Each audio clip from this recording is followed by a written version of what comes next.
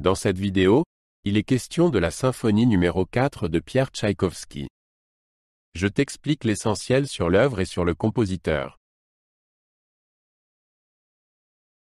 Peter Tchaïkovski est né en Russie en 1840 et a montré un grand intérêt pour la musique dès son enfance. Il a étudié au Conservatoire de Saint-Pétersbourg et est devenu l'un des compositeurs les plus connus de son époque. Sa musique est connue pour ses émotions fortes et ses mélodies accrocheuses. Au cours de sa vie, il a écrit de nombreuses œuvres célèbres, dont des ballets, des symphonies et des concertos. Il est décédé en 1893 à l'âge de 53 ans. La symphonie numéro 4 a été composée par Pierre Tchaïkovski en 1877. Elle a été composée à une période difficile de sa vie, au cours de laquelle il a dû faire face à des problèmes personnels. Malgré cela, ou justement pour cette raison, la symphonie est pleine d'émotions intenses. Tchaïkovski l'a dédiée à sa bienfaitrice Nadejda von Meck. La première représentation a eu lieu en 1878 à Moscou. La symphonie numéro 4 a un caractère dramatique et passionné. Elle débute par un puissant motif de fanfare, censé symboliser le destin. Par la suite, des mélodies tristes et joyeuses alternent.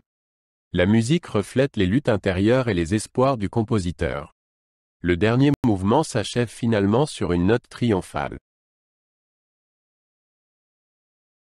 Le premier mouvement commence par un motif bruyant de fanfare des cors et des trompettes. Il est suivi d'un thème plus calme joué par les cordes. Par la suite, la musique s'intensifie jusqu'à un point culminant dramatique. Le mouvement se termine par une reprise du motif de fanfare. Ce mouvement est le plus long et le plus complexe de toute la symphonie. Le deuxième mouvement est plus calme et possède une mélodie mélancolique. Le thème principal est joué par le hautbois et rappelle une chanson triste. Dans la partie centrale, il y a un passage plus rapide et plus vif. Ensuite, la mélodie mélancolique revient. Le mouvement se termine en douceur. Le troisième mouvement est un scherzo joué uniquement par les cordes. Les cordes jouent ici exclusivement en pizzicato, c'est-à-dire qu'elles sont pincées au lieu d'être frottées. Il en résulte un son léger et ludique. Entre-temps, les bois se distinguent par des mélodies joyeuses. Le mouvement s'achève sur une conclusion rapide et animée.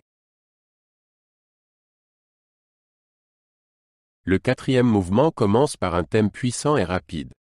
Ce thème rappelle une chanson populaire russe. Par la suite, il y a plusieurs augmentations et changements de tempo. Le mouvement s'achève sur une conclusion triomphale, dans laquelle le motif de fanfare du premier mouvement retentit à nouveau.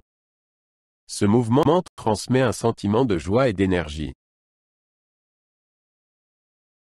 La symphonie numéro 4 est considérée comme l'une des œuvres les plus importantes de Pierre Tchaïkovski. Elle montre sa capacité à exprimer des émotions fortes en musique.